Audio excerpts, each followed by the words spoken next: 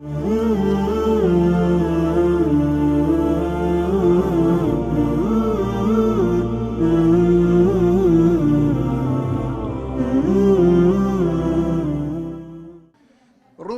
يود الذين كفروا لو كانوا مسلمين ذرهم يأكلوا ويتمتعوا ويلههم الأمل فسوف يعلمون وما أهلكنا من قرية إلا ولها كتاب معلوم ما تسبق من أمة أجلها وما يستأخرون وقالوا يا أيها الذي نزل عليه الذكر إنك لمجنون لو ما تأتينا بالملائكة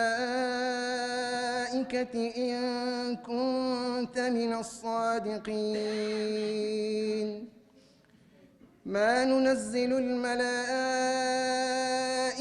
إلا بالحق وما كانوا إذا منظرين إنا نحن نزلنا الذكر وإنا له لحافظون ولقد أرسلنا من قبلك في شيع الأولين وما يأتيهم من رسول إلا كانوا به يستهزئون كذلك نسلكه في قلوب المجرمين لا يؤمنون به وقد خلت سنة الأولين ولو فتحنا عليهم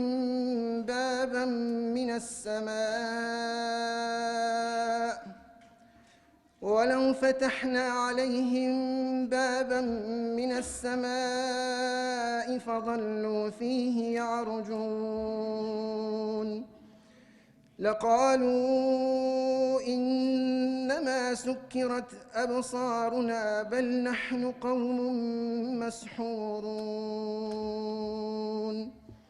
صدق الله العظيم. خواهی گەورە پاداشت بە خێری جەنابی بەڕێز مامۆستا شاخەوان بداتەوە. ولد الهدى والكائنات الضياء وفم الزمان تبسم وثناء. خۆشەویستان، ئێستاش گوێبیستی چەند سرودێک دەبین کە لەلایەن هەردوو هونەرمەندی بەڕێز هونەرمەندی ئیسلامی کوردستان کاک مەلا سەنگەر و کاک مەلا ئەحمەد پێشکەش دەکرێت با جەنابیان بفەرمێن. توێشوین سباینێت هەڵگرا کە ڕێبواری سەرسافەری توێشوین سباینێت هەڵگرا کە ڕێبواری سەرسافەری بەس دنیا بە کۆڵدا بدا کە نازانی بۆ کێی بەری بەس دنیا بە کۆڵدا بدا کە نازانی بۆ چێی بەری کۆکردنەوەت بۆ خەڵکیە بۆ ئەوانی شەکۆت بەری کۆکردنەوەت بۆ خەڵکیە بۆ ئەوانی شەکۆت بەری ڕێتێش و دارانێ دەبێ بەنیازی ژنی توێش و بەری ڕێتێش و دارانێ دەبێ بەنیازی ژنی توێش و بەری توێشوی سباینێت هەڵگرا کە ڕێبواری سەرسافەری بەس دنیا بە کۆڵدا بدا کە نازانی بۆ چێی بەری بەس دنیا بە کۆڵدا بدا کە نازانی بۆ چێی بەری بکە پێشوت هەیبێرەجا کە ئێستا بەردەمدایە بکە پێشوت هەیبێرەجا کە ئێستا بەردەمدایە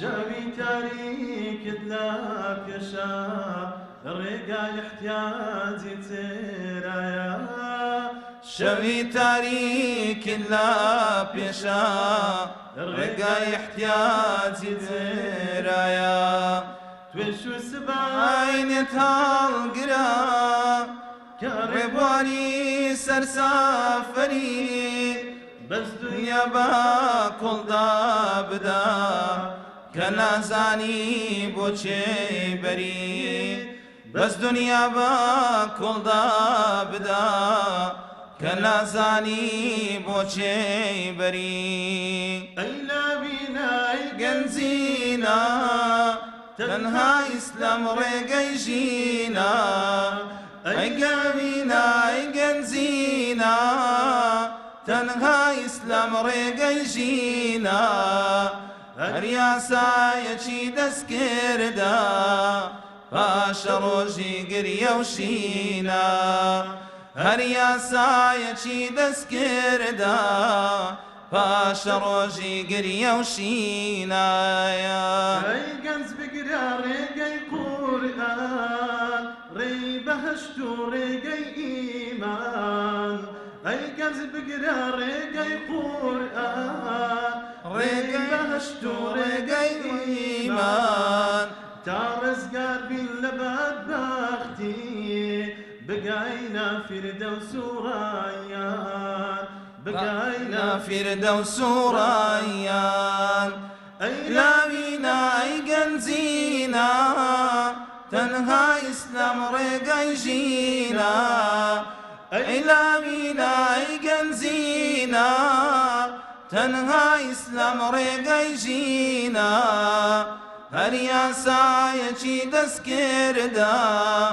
پاشە ڕۆژی گریە و شینایە هەر یاسایەکی دەست کردە پاشە ڕۆژی گریە و شینایە لاوی و لە خۆشی و ڕابواردن بەرێدەوام نابێ وریابن لاوی و لە خۆشی و ڕابواردن بەرێدەوام نابێ وریابن ڕۆژێ دێ لە پڕکۆزداکای نۆژ دەکەی شەرابی مردن نۆژ دەکەی شەرابی مردن ئەی لاوینە ئەی گەنجینە تەنها ئیسلام ڕێگەی ژینە ئەی گەوینە ئەی گەنجینە تەنها ئیسلام ڕێگەی ژینە هەر یاسایەکی دەست کردە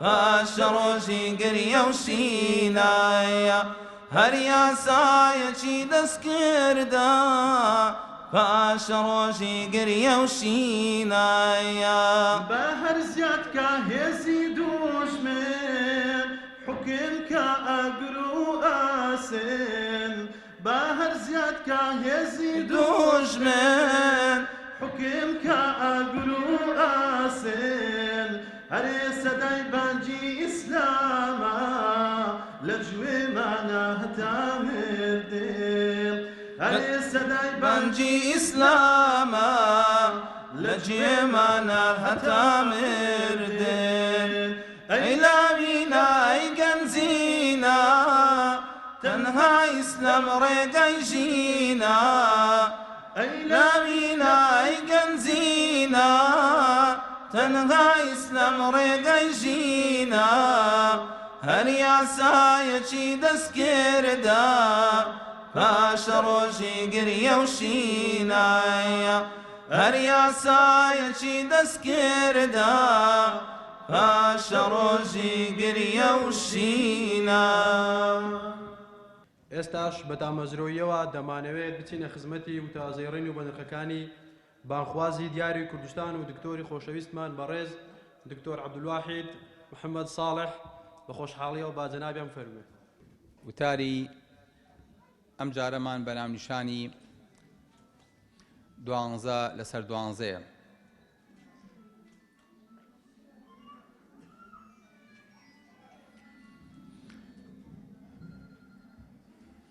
طبعا ناونیشانەکە لەوە چێ بابەتێکی ڕاضیات بێ زیاتر وەنیە کەمتر پەیوەندی بە بابەتێکی دینی و بۆەوە هەیە. بەس حەزەکەم زانم جەنابتان هیچ حاڵیە بن لە 12 لەسەر 12 یعنی چی؟ کەسی عەقڵی بۆی بچێ؟ یاڵا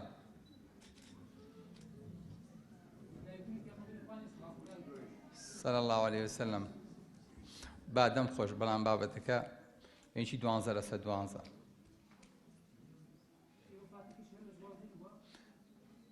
فاتەکەشی لەسەر 12 بووە جان ڕۆژی لەدایکبوون و ڕۆژی وەفاتی 12 لەسەر 12 12 بە 12 وایە ملاحەزەیەکی زۆر جوانە. یعنی چی 12 لەسەر 12؟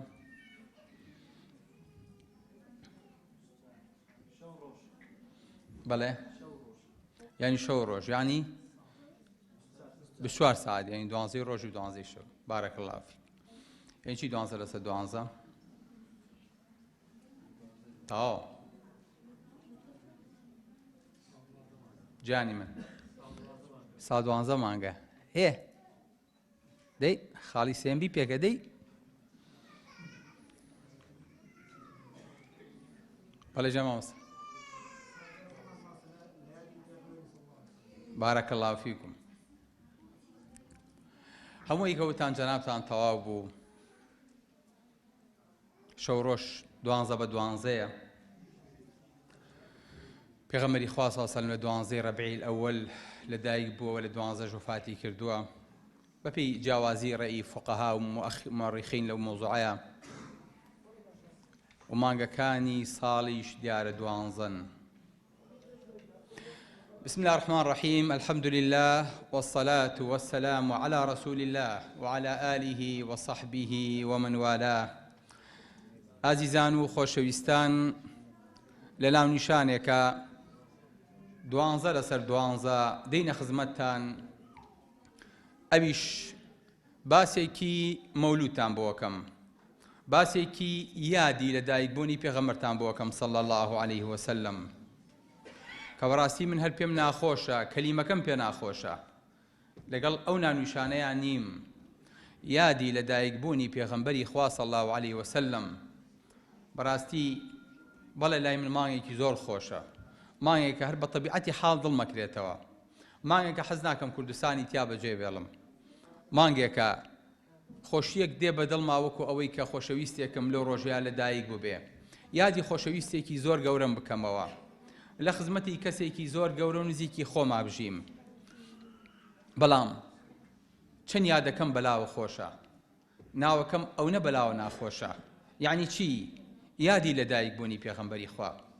بەڕێزان یاد بۆچی ناوەندەیە بۆچی ڕۆژێک دانراوە پێڵێن ڕۆژی مامۆستا ڕۆژێک دانراوە پێڵێن ڕۆژی دایک ڕۆژێک دانراوە پێوتێ ڕۆژی سەوزایی ڕۆژی خاوێنی ڕۆژی ژینگە ڕۆژی ئاو ئەم ڕۆژانە بۆ ئەوە دانراون بۆ ئەوەی کە ئینسان بە درێژایی ساڵ ئەم شتانە لە بیرەکە تۆ بە درێژایی ساڵ لە خزمەتی مامۆستایەکە قەدری نازانیت بۆ ئەوەی کە بێتە بەر چاود ئەم مامۆستایە لە ماوەی ئەم 12 مانگەیە چی پێشکەش کردووی تەنانەت لە هاوین و لە پشوەکانیشا چ خزمەتێکی گەورەی کردووە ڕۆژێکیان داناوە تۆ هەست بە گەورەی ئەم زاتە بکەیت ئەم مامۆستایە بکەیت دایک کە خزمەتی هەمومانەکات و هەمومانی گەورە کردووە بەڵام کەسمان پێ نازانین وەکو ئەو دارەیە کە لە ناو حەوشەکەیە ڕوانومانە وەکو ئەو دارەیە کە لە ناو ماڵە و سەوزایەکەمان پێبەخشێ وەکو ئەو ئۆکسجینەیە کە هەڵێمژین لەگەڵای دارەکانەوە بەردەوام خواردن و بەردەوام تاقەمانەیاتێ بەو پەڕی دڵسۆزی و بەو پەڕی دڵی دایکەوە مەگەر خوا بزانێت دڵی دایک چەند گەورەیە مەگەر خوا بزانێت دڵی دایک چەند عەزیمە مناڵ چەند ڕۆژێ نەخۆشەکات بوو بە عەیادەکە گریا زۆر دڵم بۆی بێتاقەت بوو وتم کچم بۆ چیەک دی خۆتۆ نەخۆشی خراپت نییە تی بەخوا ئەکاک دتوێریەکێ دانیشتی بوو لە دەرەوە لە دایکمە چوو خوا عەفوی کە سبحان الله ببینینی کەسێکە لە دایکی چوو ئەم دڵی لێرە جۆشاوە بەڵام هەتا دایکی لە ژیانە بووە لەوانەیە ئەم سۆز و ئەم عاتیفەی بۆی نەبووبێ ئەم خۆشەویستیی بۆی نەبوو بێ هەستی بەم نزیکیە نەکرد بێ هەستی نەکردووە شتێک هەیە پێوتێ داڵدا، پێوتێ دایک، پێوتێ باوش، پێوتێ گەرم و گوڕی، هەستی بەمە نەکردووە، هەستی نەکردووە کەسێکێ لە پشتۆ بەردەوام دوعای بۆکە. بۆیە ڕۆژێکیان داناوە نەک لە ئیسلامە، لە دەرەوەی ئیسلام پێوتێ ڕۆژی دایک. بۆ ئەوەی کە کوڕێک لە ئەوروپا دایکی بیرکەوتەوە، ئەو ئەزان ئەمڕۆ ڕۆژی یادی دایکە، بەڕاستە بەڵێ ئۆ دایکم چەند ساڵە نەمبینیوە، تەلەفۆنێکی بۆ بکە یاخود نامەیەکی بۆ بنێرێ بڵێ دایە یادی ڕۆژی دایکت پیرۆز بێ. ئەو ڕۆژە بیری کەوێتەوە بڵێ دایکە ئەگەر مەجالم هەبوو لە پشوەکەیان سەرێکت لێ ئەدەم، ئەگەر نەمتوانی بە بەریدا گوڵێکت بۆ ئەنێرم، یاخود دایکە خۆشمەوێیت. یاخود لە یادی دایکە هەموو کوڕوکچەکان کۆبنەوە لە ماڵێکا و بەحساب یادی دایکەکەنەوە، ئەو خەریکی مۆبایڵەکەیەتی، ئەو خەریکی مەسلحەتێتی، ئەو خەریکی ئیشێتی، ئەو خەریکی خۆجوانکردنێتی، ئەو خەریکی ئینتەرنێتێتی، ئەو خەریکی قسەیە. لە ئەخیرا تەنها دایکەکەمان دووە بێ بە عەزیەت و شت حازرکردن بۆ ئەم کۆمەڵە میوانەی کە کۆبوونەتەوە لای و هەرێکە و خۆحافیزیە کاتەوە چێتەوە ماڵی خۆی، غەیری ماڵ پیسکردن و ئەرک و برک هیچ بۆ دایک بەجێ نایەڵن. ڕۆژ دانراوە بۆ ئەوەی کە تۆ قەدری شتێ بزانی کە لە ساڵەکە بیرێ چۆتەوە.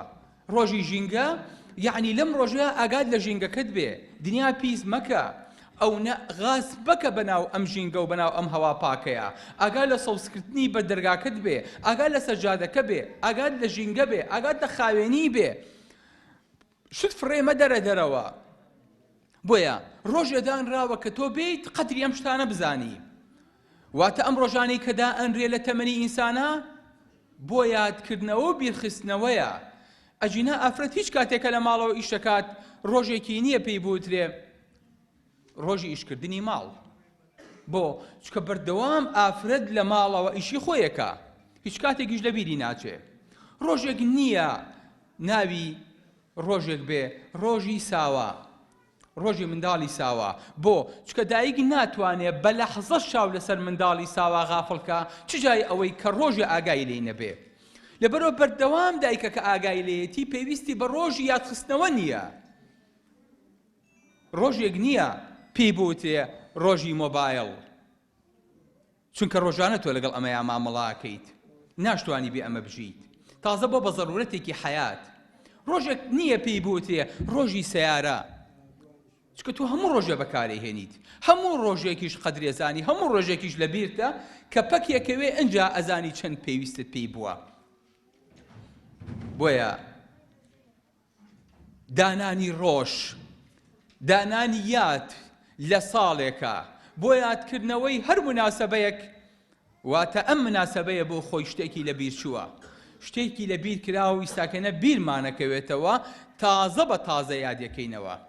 بۆیە من لەگەڵ یادی لە دایک بوون و یادکردنەوەی پێغەمبەری خوایانیم بەم معنایە صلی الله علیه وسلم کە یەک لەسەر 12 بێ، واتە لە 12 مانگا ئێمە یەک مانگ بیری پێغەمبەری خوامان بکەوێتەوە صلی الله علیه وسلم. لە شەو ڕۆژێکا یەک جار یەک سەعات بیری پێغەمبەری خوامان کەوێتەوە صلی الله علیه وسلم. ئەمەم پێخۆش نییە، ناکرێ ئێمە ئەم مانگانە ئەم ڕۆژانە بێت و تێپەڕێ، تەنها یە ڕۆژمان هەبێ بڵین ئەلحەمدولله پێغەمبەری خوا لە دایک بووە صلی الله علیه وسلم تایە. خۆشەویستانم، ئەگەر لە دایک بوونی مناڵێک لە ناو بیابانێکە کە ناوین رابێت و محەممەد و باوکی نەما بێ، جێی باوکیشی بگرێتەوە و کە سوکارەکەی دڵیان پێی خۆش بێ، کەنیزەکێک لە بەرخاتری ئەم ئازاد بکرێ، هەموو دەوری و بەرەکەی بەرەکەت بێت و ئامینە بێت و عەبدوڵڵا بێت و سوەیبە بێت و هەموو ئەم دەوروبەری پێغەمبەری خوا صلی الله علیه وسلم ناوانێکی خۆشیان هەڵگرت بێ کە علامەت بێ لە شیفا و لە بەرەکەتی پێغەمبەری خوا صلی الله علیه وسلم بۆ سەر ئەم ئەرزە هێشتا هیچ نابەخشێ. ئەگەر پێغەمبەری خوا صلی الله علیه وسلم ئەوەی کردی بۆ دین، ئەوەی هەڵبژێرا لایەنی خوای گەورەوە نەیکردایە. واتە پێغەمبەری خوا صلی الله علیه وسلم بە ڕیسالەکەی، بە پەیامەکەی، بە قورئانەکەی، بە دینەکەی، بە تێکۆشانەکەی، بە لێبڕانەکەی، بە هەڵوماندووبوونەکەی کە نەوەستا خەوی نەبوو، ئیسراحەتی نەبوو، هەتاوەکو ئەو دینەی لەو جەزیرە بچکۆلەیەوە، لەو شوێنە تەسکەوە، لەو مەککەیەوە، لەناو ئەو هەموو شاخ و بەستەڵەکەوە هەرچی بربەست پوشکانی گەیانی ئام کوردستانە شیرینە. واتە پێغەمبەری خوا صلی الله علیه وسلم هەوڵەکانی ماندووبوونەکانی لەبەر خاتی من و تۆ بوو. پێغەمبەری خوا صلی الله علیه و سلم لە کاتێکا پەیامی بۆ هات وتی یا أيها المزمل يا أيها المدثر قم فأنذر أي محمد یەکەم شت هەستە نا یەکەم شت اقرأ باسم ربك الذي خلق دواتر قم هەستە دواتر قم يا أيها المزمل قم يا أيها المدثر قم واتە اقرأ بخوێنە أي محمد دواتر هەستە دواتریش هەر هەستە ئیشکە بگەڕێ ماندوو بە عەزێت کێشە مەضى زەمەن النەوم یا خەدیجە کاتی خەو بەسەر چوو ئەی خەدیجە پێغەمبەری خوا صلی الله علیه و سلم ئیسراحەتی نەکرد لە 23 ساڵی پێغەمبەرایەتیە هەتا وەکو شەو ڕۆژ و 12 ساعات و 12 ساعاتی خستە سەر یەک هەتا وەکو ئەو دین و پەیامە بگاتە ئێمە مناڵێکی جوولەکە کە پێغەمبەری خوا ئەچێتە ماڵەکەی بۆ چکە پێغەمبەری خوا مناڵە جوولەکەکەی خۆشەویست وتیانەی پێغەمبەری خوا نەخۆشە پێغەمبەری خوا چوو بەدەمێ و چوو بە ماڵەکەی بۆ ماڵی کابرایەکی یەهودی پێغەمبەری خوا بینی منداڵەکە گیانەدا خۆی توانی دوعای بۆ بکا و شفای با خوای گەورە بەڵام فەرمووی قل لا إله إلا الله بڵێ لا إله إلا الله پێغەمبەری خوا منداڵێکی بۆ چیە کە بەیانی دەنگی بۆ نادا بەیانی چەکی بۆ هەڵناگرێ بەیانی بەردێکی بۆ ناخاتە سەر بەرزێ و سوور ئەزانێ ئەمرێ فەرمێ بڵێ لا إله إلا الله ئەی مناڵ بڵێ لا إله إلا الله باوکی وەستا و منداڵەکە وەکو ئیزن لە باوکی وەرگرێ سەیری باوکێکە چاوبەرز ئەکاتەوە چاوی ئەخیر بۆ باوکی ڕمانێ باوکیشی ئەڵێ ئەطیع ئەبا القاسم بەجێی محەممەد کە بەجێی ئەبا القاسم کە منداڵەکە پێشەوەی کە گیان بکێشێ پێشەوەی کە آخر دەمی بەیەکا با فەرمی ئەشهەدو ئەن لا إله إلا الله وأشهد أن محمدا رسول الله ئەم کەلیمە جوانە ئەم واتا گەورەیە ئەم چێوە ئەخاتە سەر زمانی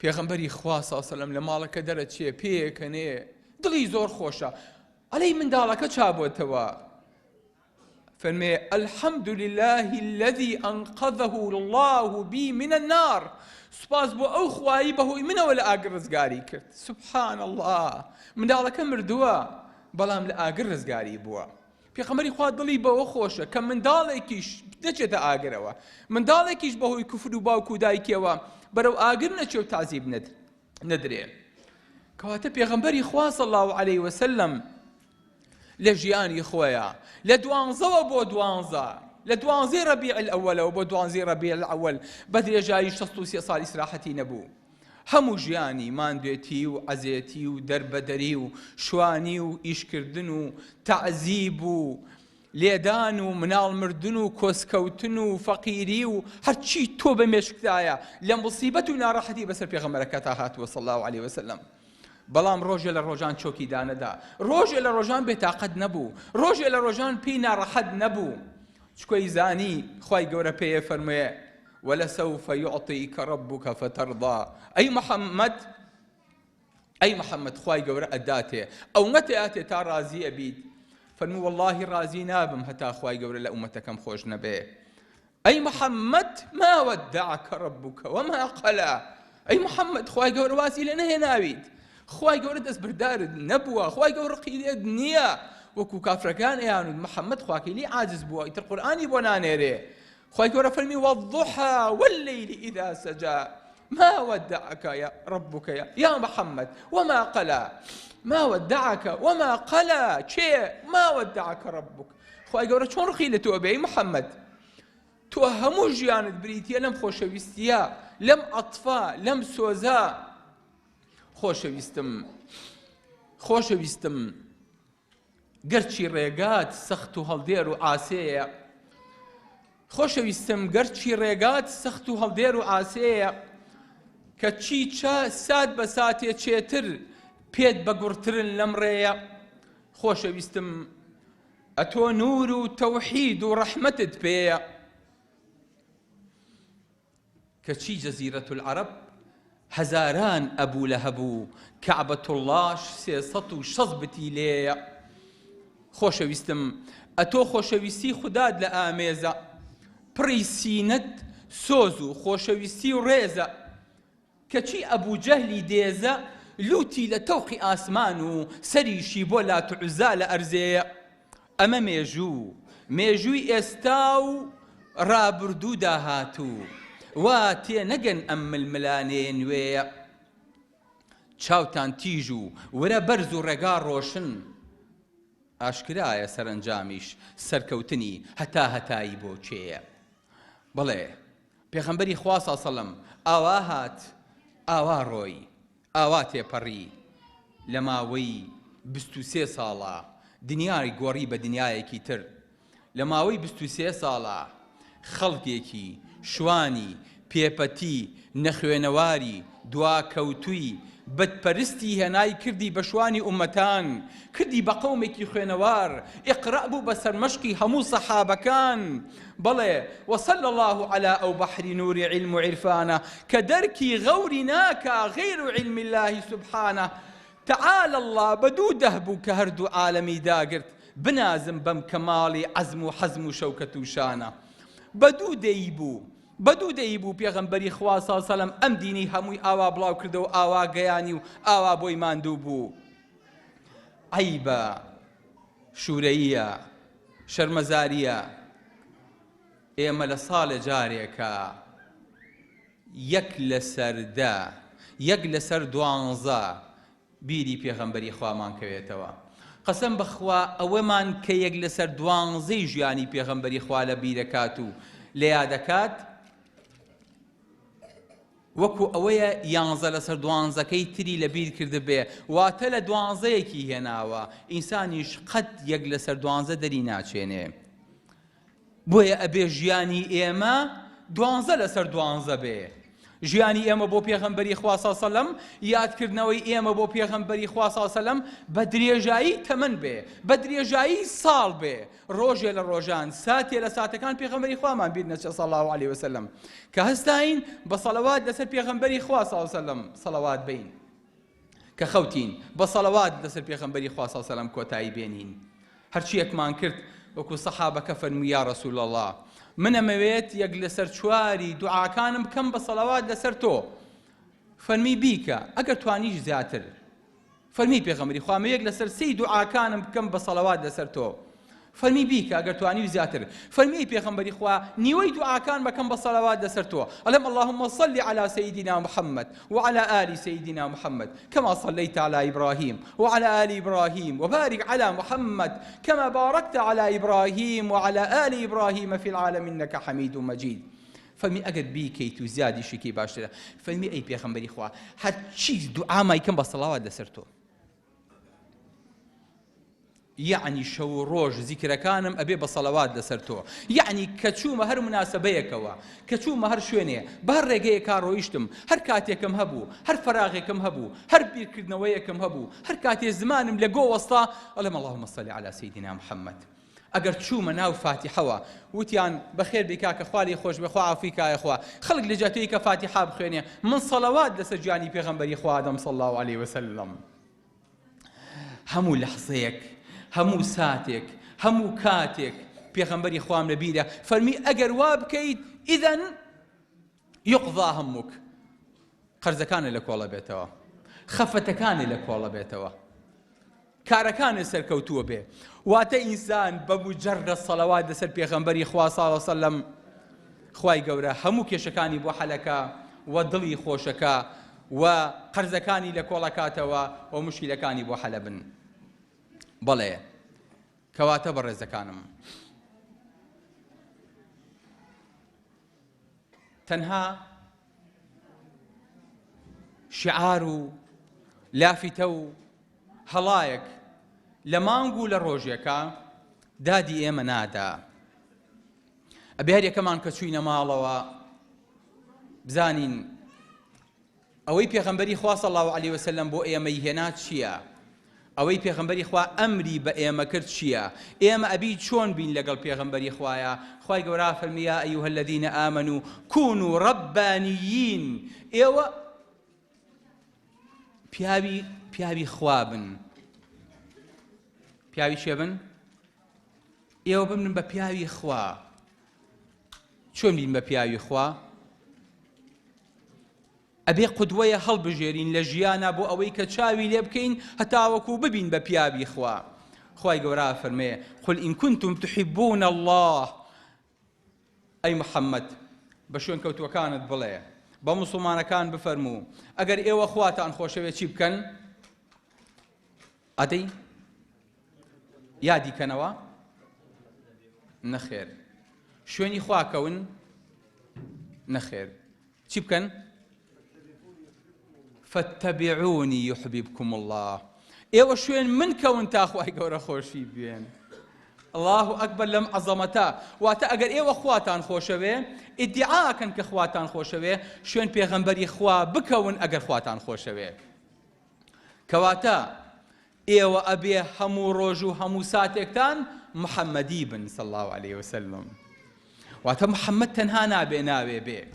چۆن خەڵک ئەمڕۆ ناوی یەزیدیە، چۆن ئەمڕۆ خەڵک ناوی مەسیحیە، خەڵکی ئێمەش ئەبێ ناوی محەممەدی بێ صلی الله عليه وسلم. محەممەدی بێ لە چییە؟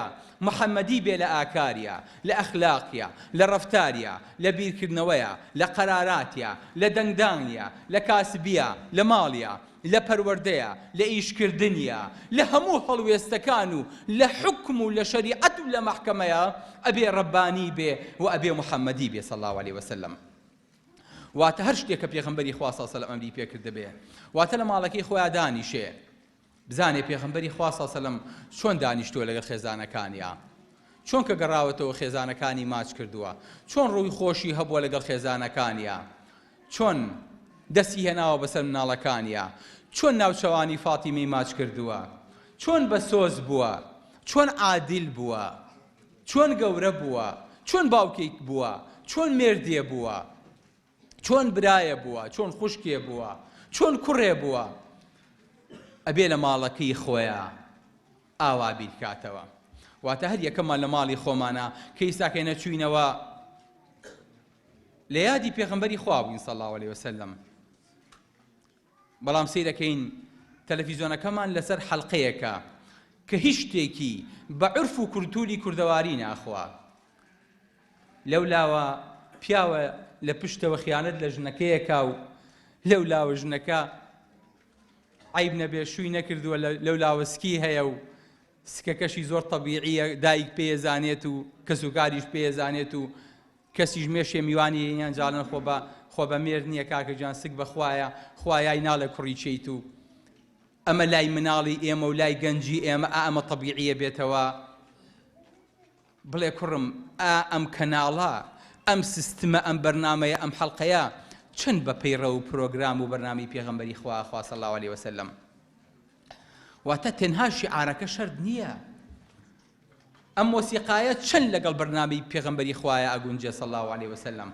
ئەم ڕوت و قوتی و سفوریە چەند پێغەمبەری خوا صلی الله عليه وسلم پێی رازیە.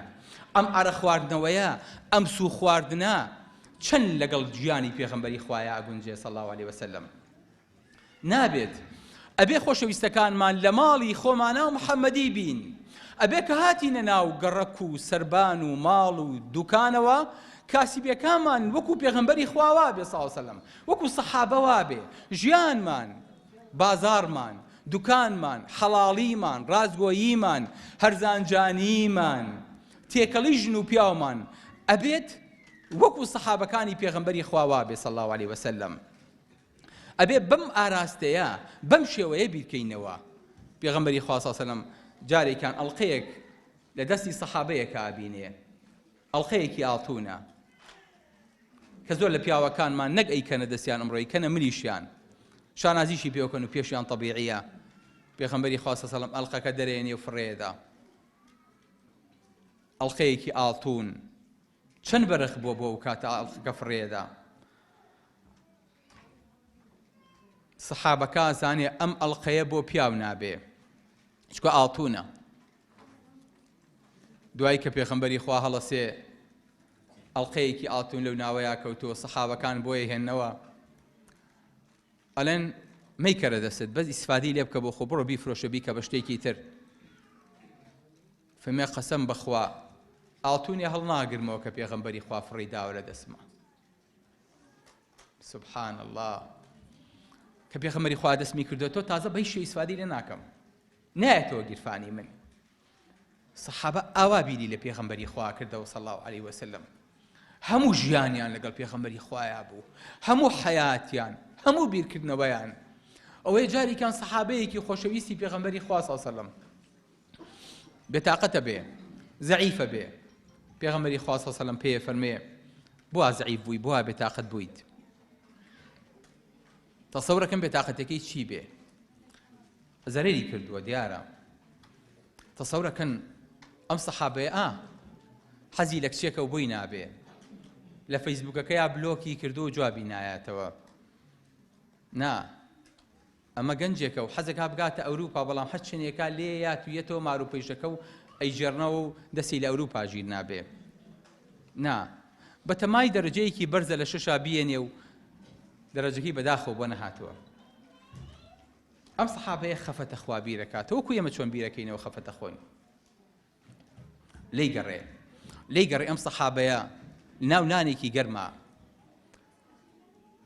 بینە سەر باسی خۆمان. ئەمە خەفەتەکانی ئێمەیە، ئەمە هۆکاری زەعیفبوونەکانی ئێمەیە. زەعیفە بین بەڵام بۆ وەڵا ڕێجی مەکەین، وەڵا ناوێنین نان بخۆین. دکتۆر توێتی نان بەخۆ بۆ قەڵەوی خراپە. هەموو شتێکمان لە خۆمان حرام کردووە. وەڵای خۆشک هەیە لەو خوشکانە، هەموو ژیانی، هەموو بیرکردنەوەی. کاکتۆرجان ئەم وەرگەم لە کۆڵ ناکەیتەوە. هەموو ژیانی کاک دکتۆر گیان بە قورئان بەیانین دوای نوێژی بەیانی ڕاکەم سەعاتێ بۆ سەجادانەیە ڕاکەم خەڵکە ترسم بزانن شێتم، بەس بۆی تۆزە زەعیفم. مێردەکەشم لە ماڵەوە مەکینی بۆ کڕیوم لەسەری ڕاکەم، بەس بۆی تۆزە زەعیفم. کەچی سوبحان الله من هەر قەڵەوە بم. جاژینە بۆ لامان ئەلێ کاکتۆ ژیان ئامورگەمە ها بەخوا فەقەراتم توژوە بەڵکو بۆم ئەمەلیات کەی. منیش ئەڵام کچی خۆم 15 کیلۆ 20 کیلۆ خۆدا بەزێنە، ماشەڵڵا تۆ 100 کیلۆی گێچەکە ناو خوێنێتەوە، تۆزێ خۆدا بەزێن ئەمەلیاتەکە بۆکەم. ئەویش ئەنجە کاکتۆ ژیان بەچی دابەز. بە پیاوەکەی ئەڵێم باوکی من خەفەتی بەرێ بۆ خۆی بەخوا بێ بەچلکە، ئەبێ بە قەسەب خەمن نەبێ وای لێیە. ئەنجاڵێ کاک دکتۆر گیان تخوا بەچی خەفەتی بمێ. کوڕە نەمەزانیشتم بەچی خەفەت خوا خەفەتی بەرێ بۆ خۆی چاکە بێ. ژنەگاڵێ بەخوا دکتۆر گیان نامێ لێ ئێستەوە زەعیف بوو. هەر لە ئیساکەینەوە کە باسی ئەو کردەوە تەواو ئەزانم مەڵی چی. یعنی هەموو غەم، هەموو ژیان ئەبێ بەوەی کە ئەمڕۆ چەند کیلۆ دابەزیوم، چەندێ ڕاضەم کردووە، چەندێک کالۆریم دابەزانووە. ئەمە هۆکاری زەعیفبوونەکانی ئێمەیە. ئەی سەحابەکانی پێغەمبەری خوا صلی الله علیه وسلم لەبەر چی زەعیفە بوون؟ هۆکارێکی تریان هەبوو. بۆیە ئەبێت ژیانی پێغەمبەری خوا صلی الله علیه وسلم، حیاتی پێغەمبەری خوا صلی الله علیه وسلم وا لە ناومانە بێ وەکو ئەوەی پێغەمبەری خوا ئێستا لە ناومانە ئاژی. سبحان الله. أو ننزيك باليمانوة وكيف تكفرون وأنتم تتلى عليكم آيات الله وفيكم رسوله. شون كفر كان بخواك بيغنبر ناوتان آجي. الله أكبر. بيغنبري خوا ببرنامكي بحديثكاني بسيرة زيارينكي بأخلاقي بآكاري بما مصايتي لناوتان آجي. شيء أتواني درج عبرتي لورقري أوا يادي بيغنبري خواي بفعلي كردتوا. ئەوە فعلا دوانزە لەسەر دوانزەی هێناوە ژیانی بۆ هەمووی بۆ پێغەمبەری خوا تەرخان بووە صلی الله علیه وسلم. واتە ژیانی لەگەڵ ژیانی پێغەمبەری خوا ئاوێتە بووە، ناتوانێت بە لەحزە چۆن کە چاوی کردەوە ئەو ڕووناکی ئابینێ، کە چاوی کردەوە نوری جوانی دەم و چاوی مانگی پێغەمبەری خوا ببینێ صلی الله علیه وسلم. کە سەحابەکان فەرمێ شەوێکیان پێغەمبەری خوان بینی حولەیەکی لەبەرا بوو، عبایەکی سووری لە بەرابوویان کراسێکی سووری لە بەرابوو، مانگە شەو بوو. سەیری دەموچایی پێغەمبەری خوامە کرد و سەیری مانگمە کرد. قەسەم بەخوا دەموچایی پێغەمبەری خوا لە مانگەکە جوانتر بوو. واتە ئەم نورە بەردەوام لەبەر چاو تابێ. چاوت لە یەک لەحزەیە، لە یەک سانیەیە 20 دانە وێنە نەقڵەکە، 20 دانە وێنە ئەبینێ لە یەک سانیەیە. چاوت لە یەک لەحزەیە ملیۆنێک و 500 دانە مێسیجی بۆچێ. چاوت بەس لەناو چاوتە ئیستیعلاماتی بینین لە شەو و ڕۆژە، 12 شەو و 12 ڕۆژ 150 مليون مستقبل ڕووناکی هەیە کە هەمووی ئەبێ نوری و ڕووناکی پێغەمبەری خوا وەرگێ صلی الله عليه وسلم.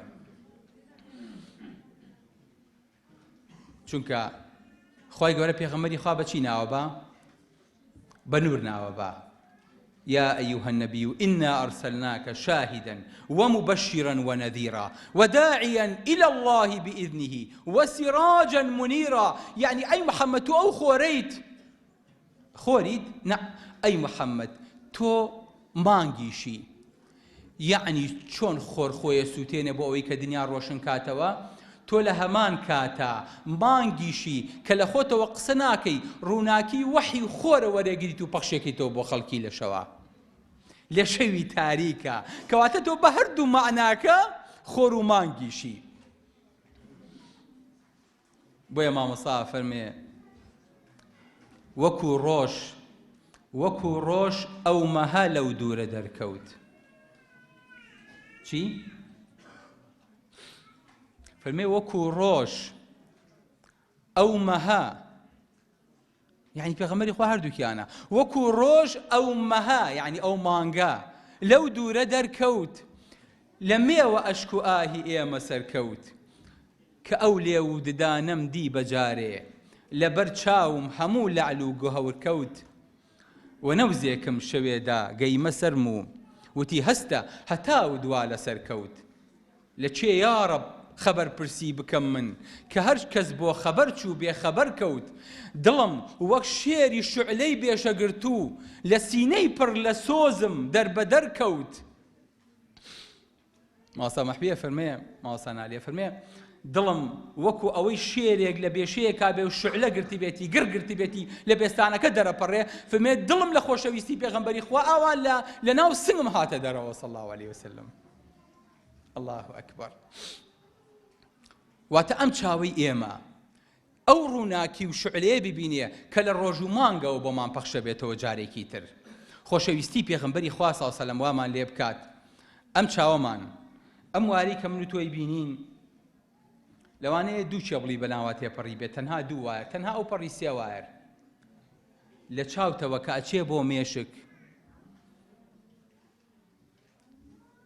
500,000 وایر لە شەبەکەی چاوا چێ بۆ مێشک بۆ ئەوەی کە 7 ملیۆن ڕەنگ نەقڵ کا بۆ مێشکت. چەند؟ واتە چاوی ئینسان توانای ناسینەوەی 7 ملیۆن ڕەنگی هەیە. لا إله إلا الله. کە شەبەکیەی چاو کە کابراڵێن شەبەکیەکەی تووشی نەخۆشی بووە دەچینە هەر چینە و ئیشی خۆیەکە یەک چینیان ئیش نەکا چاو نابینێ و چۆرەبی نوری خوا و پێغەمبەرەکەی نابینی صلی الله عليه وسلم بە معنای طبیەکەی هەر هەمووی لە 0.4 میلیمێکا جێی بۆتەوە لە 0.4 میلیمێکە.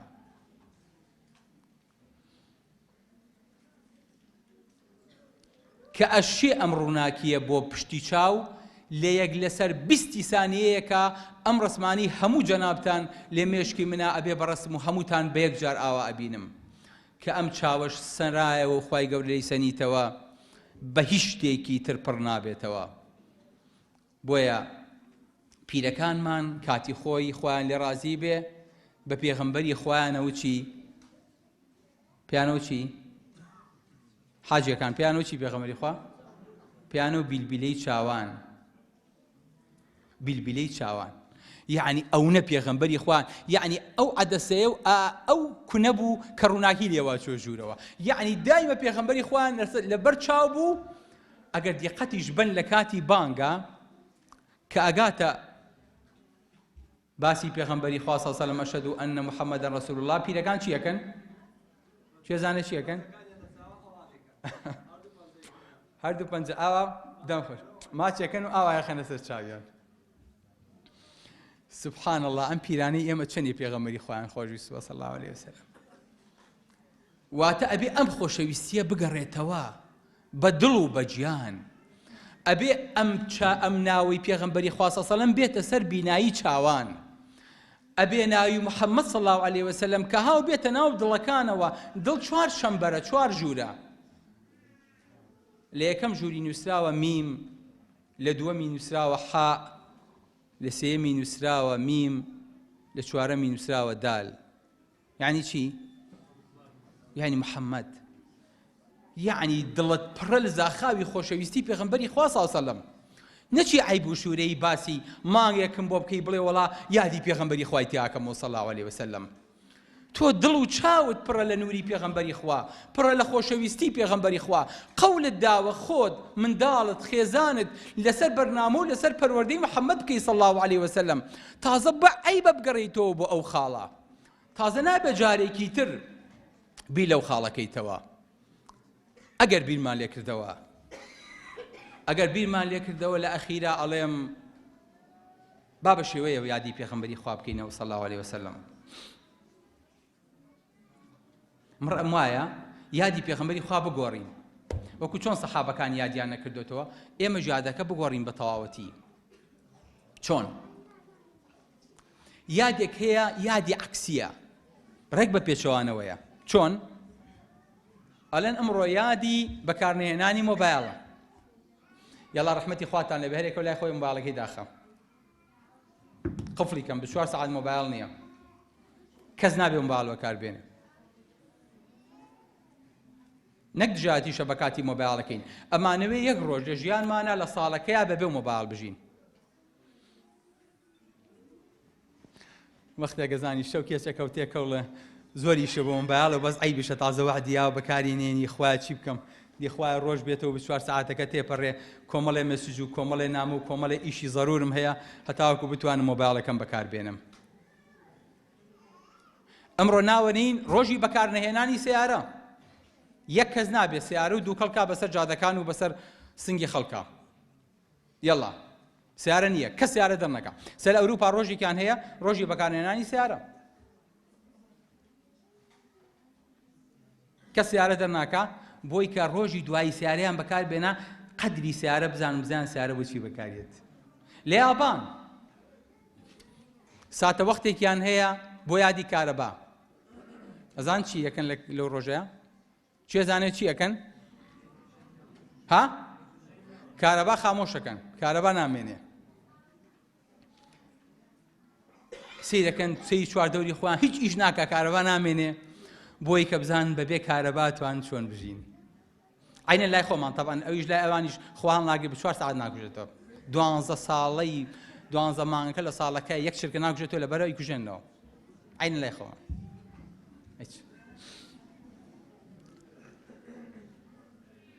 دوایی کە کارەباکە هەڵەکەنەوە ئینجا ئەزانن چەند زەرور بوون بەم کارەبایە، چەند ئیشیان بەبێ کارەبا ناڕۆی. کەواتە ئێمەش ڕۆژێ دیاریەکەین بۆ یادی پێغەمبەری خوا صلی الله علیه وسلم لە یادی 12 ڕەبیع الأوەلا ئەڵێین ئەگەر پێغەمبەری خوا نەبوایە چی ڕۆیەدا. با ئێمە حسێب بکەین موسڵمان نین، پێغەمبەری خوامان لە ناوانیە، بەرنامەی پێغەمبەری خوامان لە ناوانیە چی ڕۆیەدا. نەچی نوێژەکانتان تەرکن، نا بەس بیرکەنەوە پێغەمبەری خوا نەبوو، تۆ چییە بوویت؟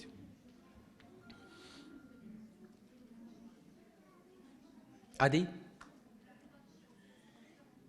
ئەزانی یەکەم شت کە بیری لێ کرد و وایە چی بوایە؟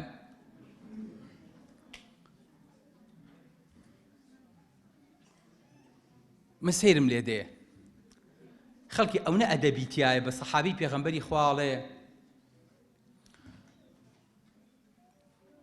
بەڵام جا خۆ سەحابە شەڕیان کردووە، سەحابە شە بۆ زینای کردووە، سەحابە بە درۆی کردووە، دایکی من لە ژیانیا درۆی نەکردووە. یعنی دایکی من و سەحابە فەرقی چییە؟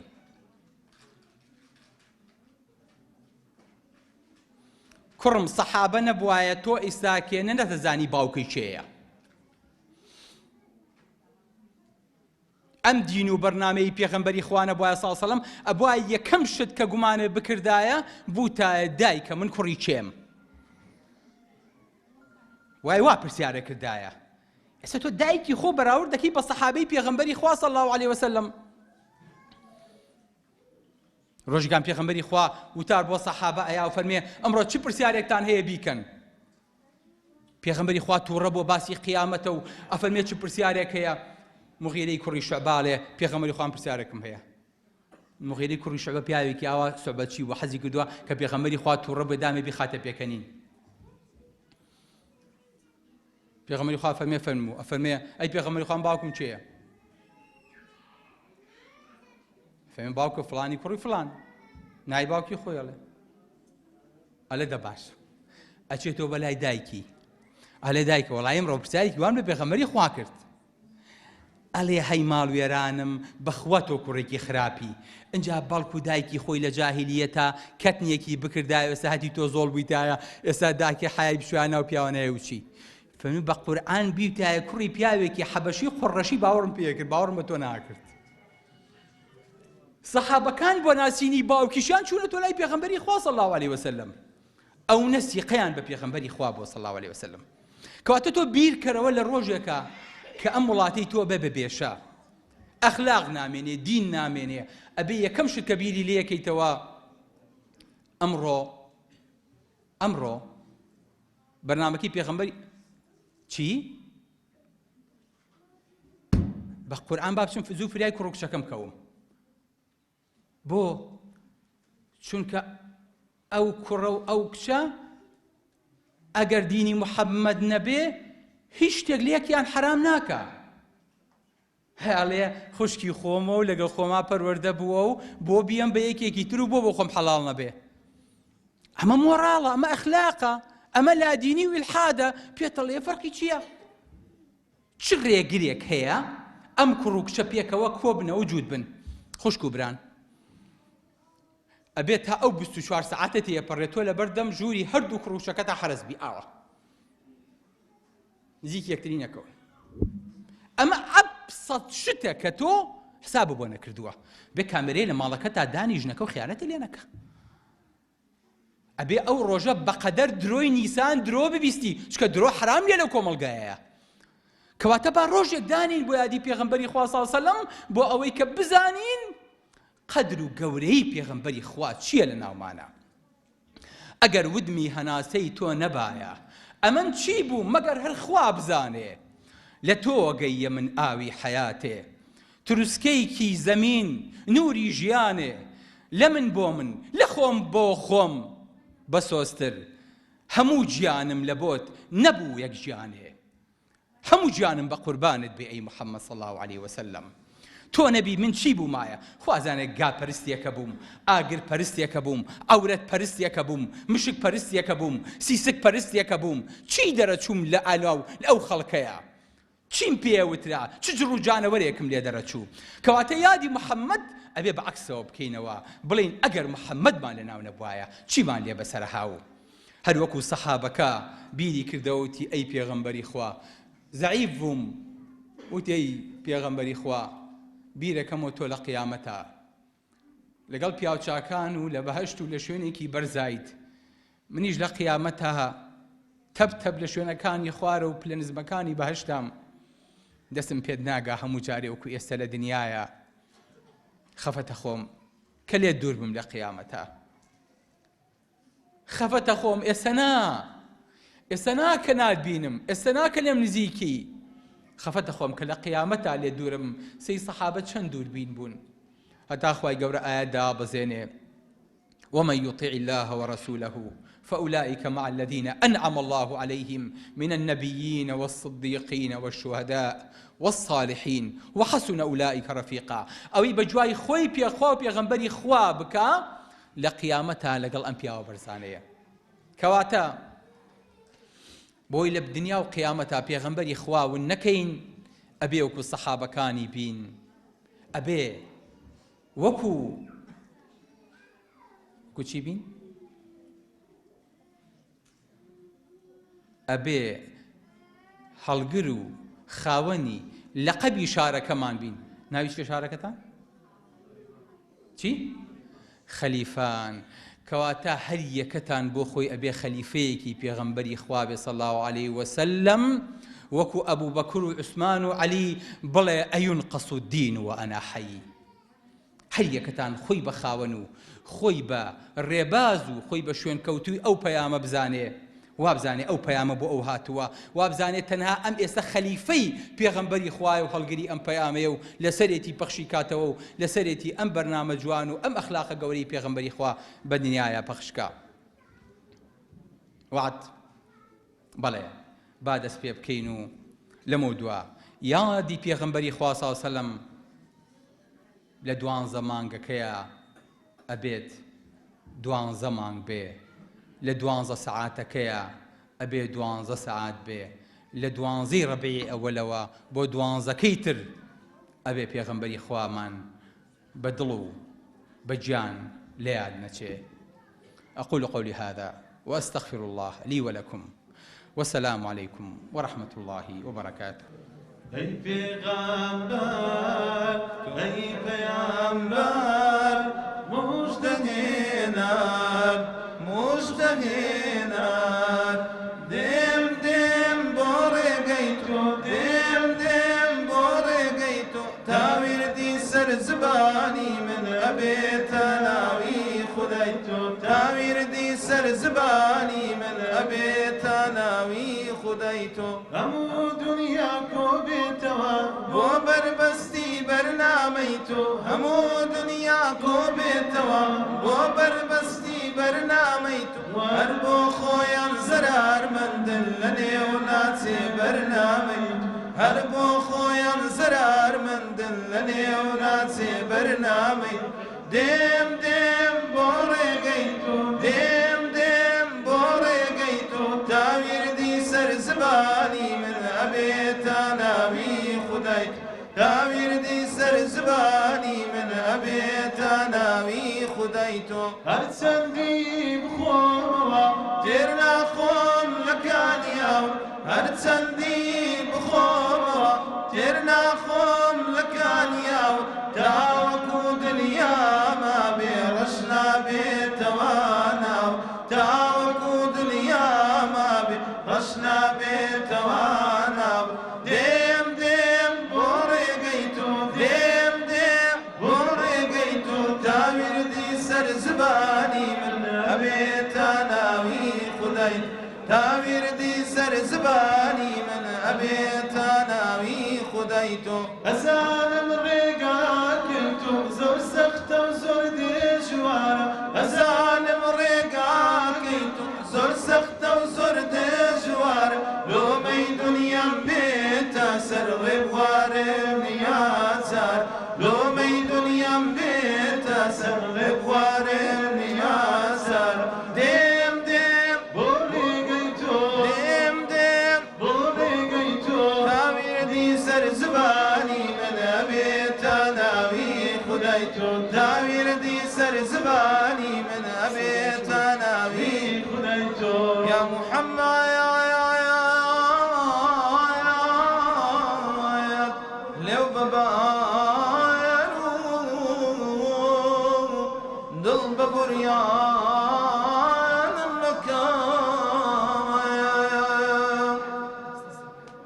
أي رئيسي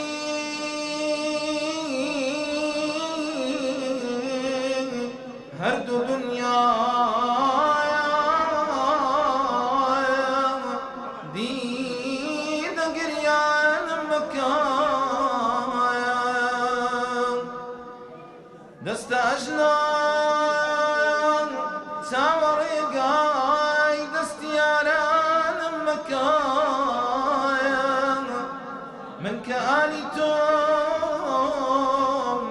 يا رسول الله زليلي باري عصيان المكان سلافا درام عشق وهنايا سلافا درام عشق وهنايا لبدي دار سالاري مدينة لبدي دار سالاري مدينة بفداد بن بخوم وكاسكاري بفداد بن بخوم وكاسكاري لقيامة هتو شفاعة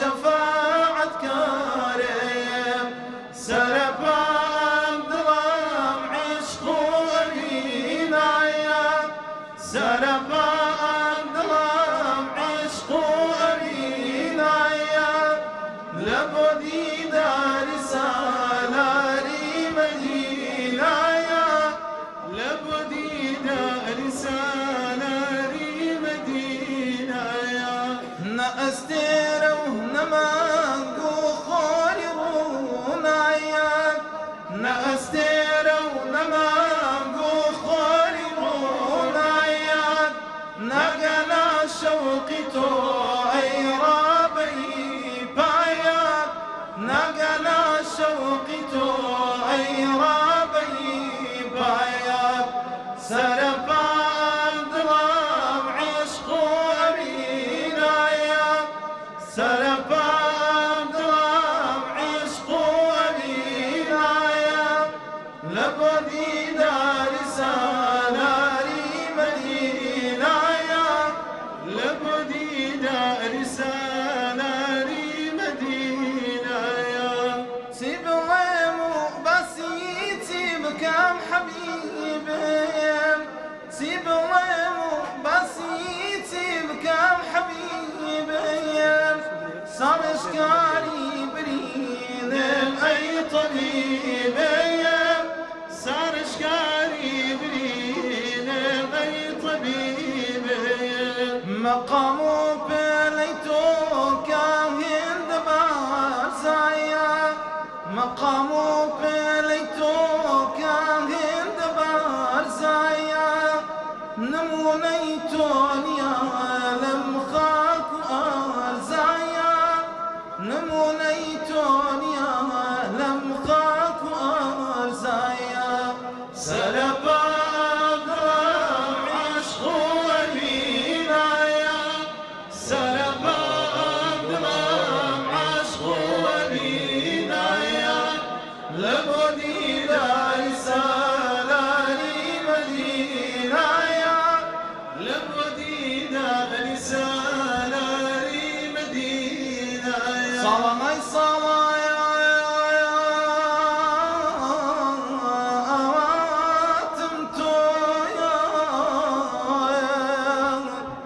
قلبي درون ديداري تويا مدينة بوايا منزل قاي رسول بفدايا وخاكرم يا رسول الله كردت قبول كيدا بتسمى مدينة طابلين وخي أوان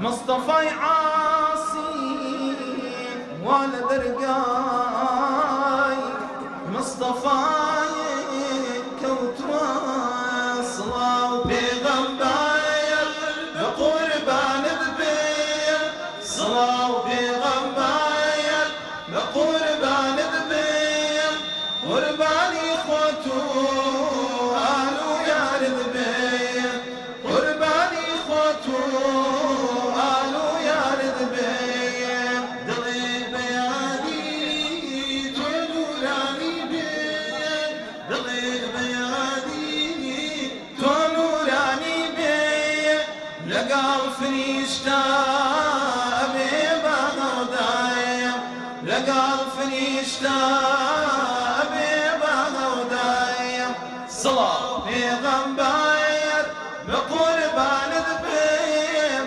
صلاة بغنباير بقربان ذبيم قرباني خوتو قالوا يا رذبيم قرباني خوتو قالوا يا رذبيم بكاسنا كريم ثناي صورتي بكاسنا كريم ثناي صورتي كشفنا كريم سري سيرتي كشفنا كريس سوي سيرتي صلاة بيغمبر بقربان نبي صلاة بيغمبر بقربان